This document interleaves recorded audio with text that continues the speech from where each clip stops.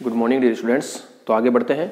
आज हम जो टॉपिक लेंगे वो है हमारा बहुकण तंत्र की गतिज ऊर्जा, kinetic energy of A system of many particles. यानी बहुकण का मतलब क्या हो गया, जो एन पार्टिकल सिस्टम है। तो हमने क्या देख लिया था, एन पार्टिकल सिस्टम के द्रव्यमान केंद्र की स्थिति को देख लिया, उसके वेग को देख लिया, उसके त्वरण को देख लिया, और आज हम देखेंगे उस निकाय की गतिज ऊर्जा को आप किस प्रकार से लिख सकते हो। ठीक है, तो बहुत ईजी है लेकिन इंपॉर्टेंट है, एग्जाम में पूछा जाता है और बहुत ध्यान से आपको इसको देखना है। तो देखिए, सबसे पहले मान लीजिए आपके पास कोई क्या है, कोई एन पार्टिकल सिस्टम है जो अलग अलग द्रव्यमान कणों से मिलकर बना, m1 m2 m3 इस प्रकार से mn। और ये आपका क्या है, एक स्थिर निर्देश तंत्र है। तो आप जानते हो, मान लीजिए मैं कोई आई वाकण ले रहा हूं, ये मान लीजिए कोई आई वाकण, इसका द्रव्यमान क्या है, mi है। तो उसके स्थिति सदिश को मैं कैसे लिख सकता हूं, ri लिख सकता हूं। यहां पर मान लीजिए निकाय का कोई बिंदु क्या है, c है। ठीक है, अब ये c आपका cm कब होगा, जब आपने कंडीशन फाइंड की थी summation i is equal to 1 to m mi rca is equal to 0। ठीक है ना, ri इजिकल टू 0, ये आप rca इजिकल टू 0। तो जब आप ये कंडीशन फाइंड करोगे तब आपको क्या पता चल जाएगा कि तब आप इस बिंदु c को क्या कह पाओगे, cm। तो अभी मैं इसको फिलहाल cm ही कह रहा हूं। ठीक है ना, तो ये cm है, तो इसका क्या हो जाएगा, निर्देश तंत्र rcm। और इस cm के सापेक्ष जो इसका है वो क्या है, rci। अब इसको आप rci भी कह सकते हो और जनरली हम कभी कभी इसको क्या कहते हैं, ri डैश भी कहते हैं, दोनों एक ही बात है। डैश का मतलब क्या हो जाएगा कि द्रव्यमान केंद्र के सापेक्ष है। आपके पास देखो दो प्रकार के निर्देश तंत्र है, एक तो यह है स्थिर निर्देश तंत्र, यहां से आप जो भी मेजरमेंट करोगे उसको आप बिना डैश के लिखोगे, r1 r2 r3। और अगर आप कोई मेजरमेंट द्रव्यमान केंद्र से कर रहे हो तो उसको आप डैश के रूप में लिख सकते हो। तो डैश का मतलब क्या हो जाएगा कि आप द्रव्यमान केंद्र से मेजरमेंट कर रहे हो, जैसे r1 डैश, तो वो क्या हो जाएगा, पहले कण का स्थिति सदिश बिंदु cm के सापेक्ष, r2 डैश दूसरे कण का स्थिति सदिश द्रव्यमान केंद्र के सापेक्ष। ठीक है, तो ये चीज है। अभी उसको पूरा करते हैं। तो ये डायग्राम था, ये आपका एन पार्टिकल सिस्टम है जिसके लिए मैं इस प्रकार से डायग्राम बना सकता हूं। कोई आई वाकण है, ये मेरा द्रव्यमान केंद्र है और ये पूरा का पूरा मैंने क्या बना दिया, एक डायग्राम बना दिया। तो इसमें आगे आप लिखिए, माना एक एन कण तंत्र है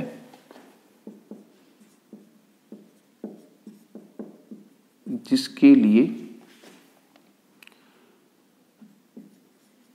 निम्न प्रकार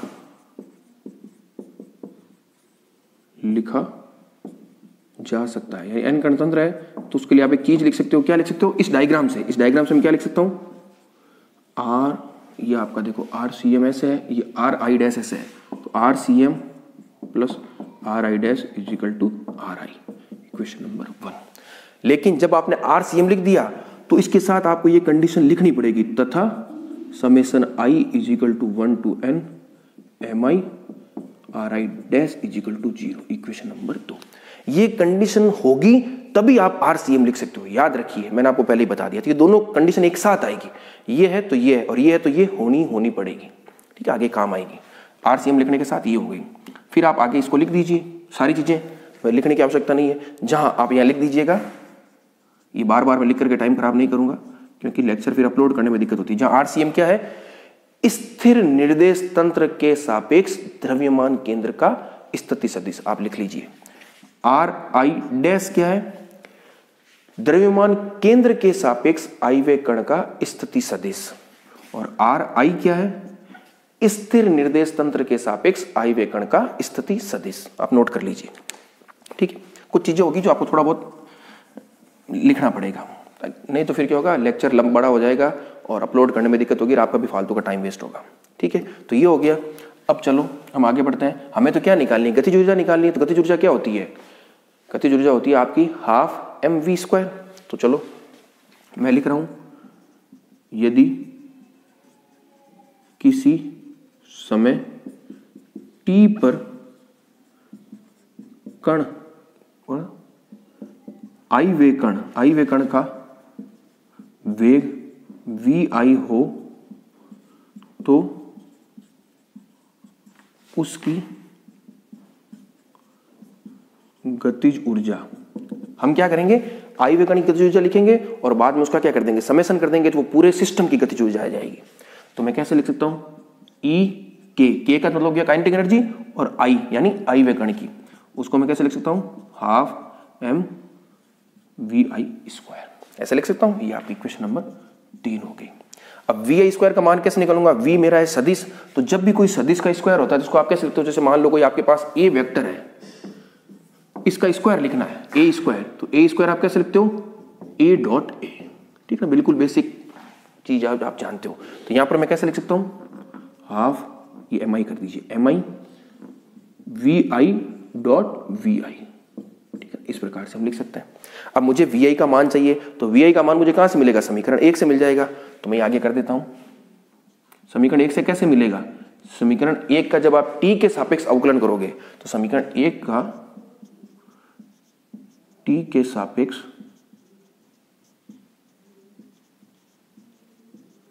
अवकलन करने पर तो आपको क्या मिल जाएगा, D R C M upon D T plus D R I dash upon D T is equal to D R I upon D T.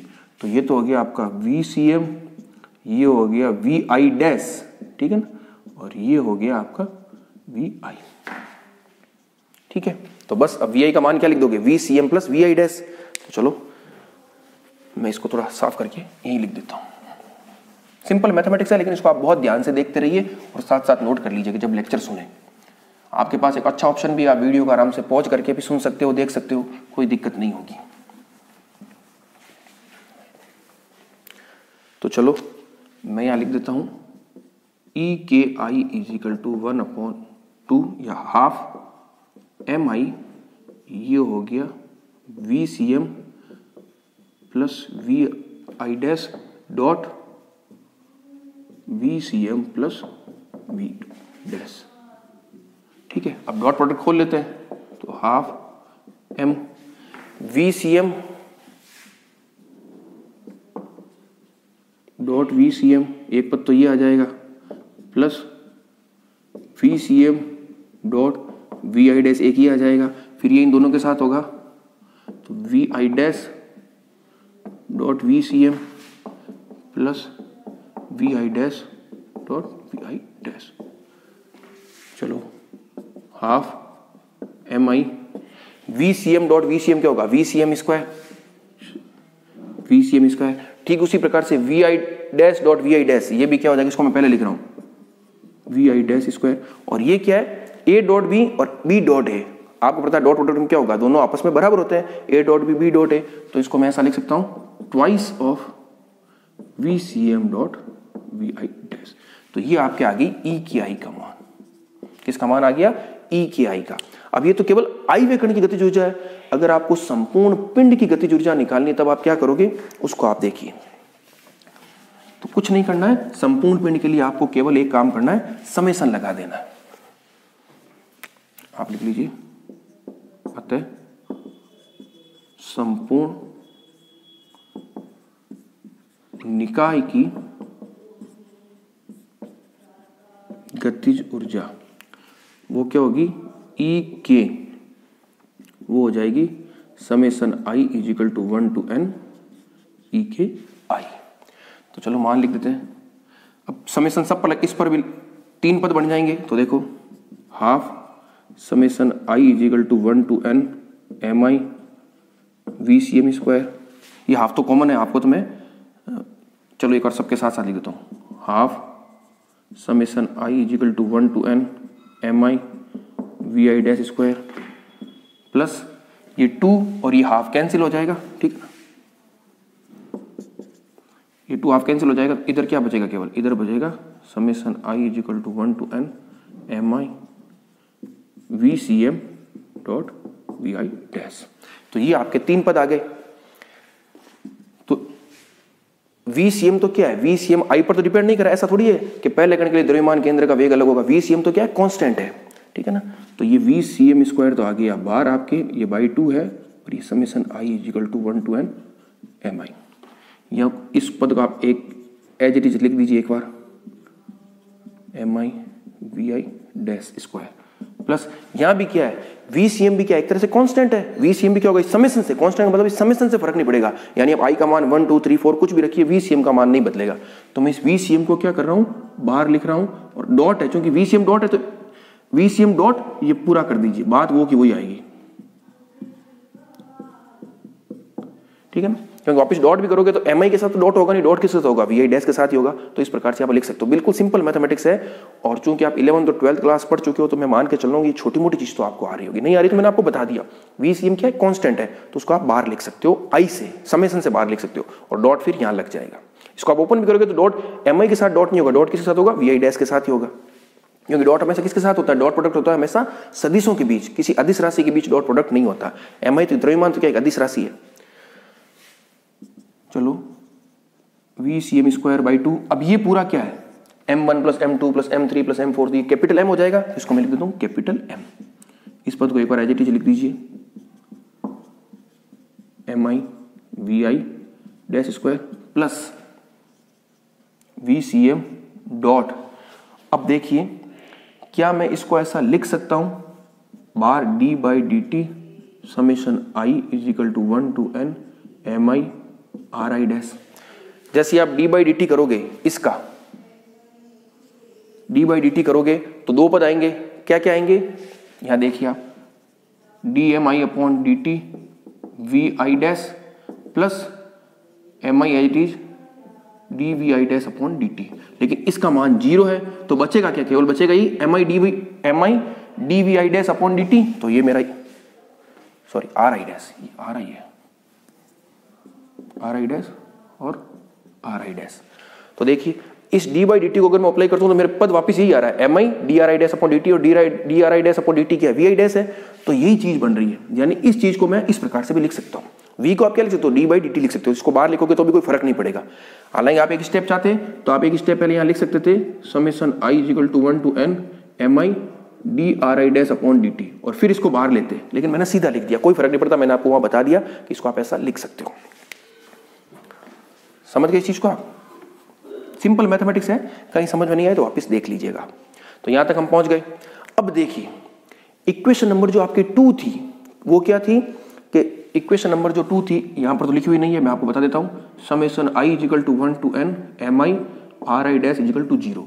क्योंकि जब आप द्रव्यमान केंद्र की परिभाषा देखोगे तो उसमें ये कंडीशन फुलफिल होती है। तो ये देखिए ये जो मान है पूरा ये वाला समेशन के अंदर वाला MI RI डैश, तो इस मान को 0 होना पड़ेगा, ये 0 है, ये मान क्या है 0 है, ये 0 तो पूरा पद कैंसिल हो जाएगा, 0 को आप किससे मल्टीप्लाई कीजिए, क्या मान आएगा 0 आएगा, तो हमारे पास केवल ये दो पद बचेंगे। तो अब आपके फाइनल एक्सप्रेशन क्या आ गया, EK is equal to MVCM square by 2 plus half summation I is equal to 1 to n MI VI dash square. ये आपके आ गया फाइनल एक्सप्रेशन।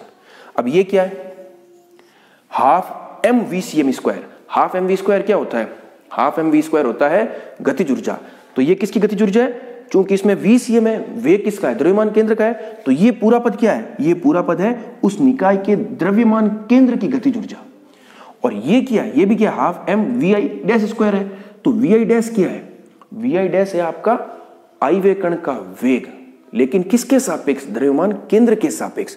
तो ये भी क्या है, गतिज ऊर्जा है, पूरी संपूर्ण गतिज ऊर्जा है, लेकिन किसके सापेक्ष है, द्रव्यमान केंद्र के सापेक्ष है।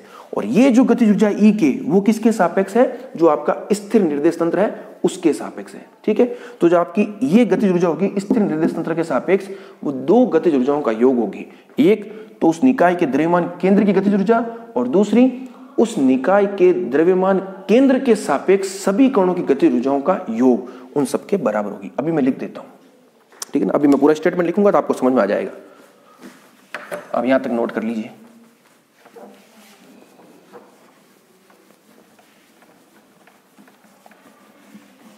कभी कभी क्या होता है, बोलते वक्त समझ में ना आए तो कोई दिक्कत नहीं है, ठीक है ना, क्योंकि मैं मोबाइल को पढ़ा रहा हूं तो मुझे नहीं पता चल पा रहा है कि आपको समझ में आ रहा है कि नहीं आ रहा, लेकिन मुझे उम्मीद है समझ में आ जाएगा। लेकिन फिर भी नहीं आएगा तो मैं लिख दूंगा स्टेटमेंट, उस स्टेटमेंट को पढ़ करके आपको आसानी से समझ में आ जाएगा, इसलिए घबराने की आवश्यकता नहीं है। तो देखो ये तो है आपकी ई के, इसको मैं क्या लिख सकता हूँ, ई के CM लिख सकता हूँ, और इसको मैं लिख सकता हूँ ई के डैश, क्योंकि VI डैश है तो ये डैश हो गया।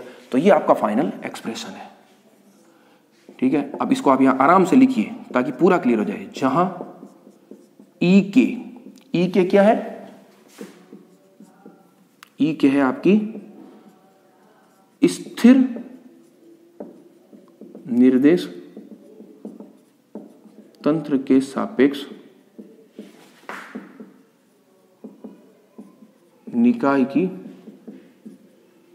गतिज ऊर्जा। ई के सीएम क्या है? निकाय के द्रव्यमान केंद्र की गतिज ऊर्जा। और आपका ई के डैश क्या है? द्रव्यमान केंद्र के सापेक्ष निकाय की गतिज ऊर्जा। अब मेरे हिसाब से आपको ये पूरा समझ में आ गया होगा कि निकाय की जो गतिज ऊर्जा है, जो आपका डेरिवेशन था किसी बहुकण तंत्र की गतिज ऊर्जा, तो किसी बहुकण तंत्र की गतिज ऊर्जा जो होती है वो उस निकाय के द्रव्यमान केंद्र की गतिज ऊर्जा तथा निकाय के द्रव्यमान केंद्र के सापेक्ष गतिज ऊर्जा के योग के बराबर होती है। इस तीनों का आप सेंटेंस में भी लिख सकते हो। कैसे? स्पष्ट है कि निकाय की किसी बहुकण तंत्र की गतिज ऊर्जा उस निकाय के द्रव्यमान केंद्र की गतिज ऊर्जा तथा द्रव्यमान केंद्र के सापेक्ष निकाय की गतिज ऊर्जा के योग के बराबर होती है। तो आप लास्ट में स्टेटमेंट लिख सकते हो, बिल्कुल इजी है। तो आपसे ये पूछा जाता है कई बार कि सिद्ध कीजिए कि ई के इक्वल टू ई के सीएम प्लस ई के डैश। तो आप इसको आराम से कर सकते हो। तो देखिए यहां पर मैं आपको एक छोटा सा आइडिया और देना चाह रहा हूं कि अभी हम क्या बार बार बात कर रहे हैं, एक तो बात कर रहे हैं स्थिर निर्देश तंत्र के सापेक्ष और एक बात कर रहे हैं द्रव्यमान केंद्र के सापेक्ष। तो सापेक्ष का मतलब क्या होता है? मैंने आपको सबसे पहले जो इनिशियल टॉपिक पढ़ाया था वो क्या था? आपका था निर्देश तंत्र। निर्देश तंत्र बेसिकली है क्या? निर्देश तंत्र कुछ नहीं है, कहां पर खड़े होकर के आप मेजरमेंट कर रहे हो, वही बस बेसिक डेफिनेशन है उसकी। तो स्थिर निर्देश तंत्र क्या होता है? वो हम खुद डिसाइड करते हैं कि हमें कहां से मेजरमेंट करना है। जैसे आपने कोई भी इस तरह का बना दिया कहीं पर भी मूल बिंदु लेकर के, तो ये आपका स्थिर निर्देश तंत्र है, इसको आप कहीं भी बना सकते हो। लेकिन जो द्रव्यमान केंद्र होता है उसमें आपके पास चॉइस नहीं है, क्योंकि द्रव्यमान केंद्र तो निकाय का जहां भी होगा वहीं पर खड़े होकर के आपको मेजरमेंट करना होगा। अब जो हमारा अगला टॉपिक आएगा वो अगला टॉपिक होगा हमारा द्रव्यमान केंद्र निर्देश तंत्र। जिस प्रकार से आप ये स्थिर निर्देश तंत्र पढ़ रहे हो, ठीक उसी प्रकार से द्रव्यमान केंद्र निर्देश तंत्र में पढ़ना है। बहुत इंपॉर्टेंट है, बहुत इजी भी है, आपको ढंग से समझना है, मैं उसको पूरा अच्छे से एक्सप्लेन कर दूंगा।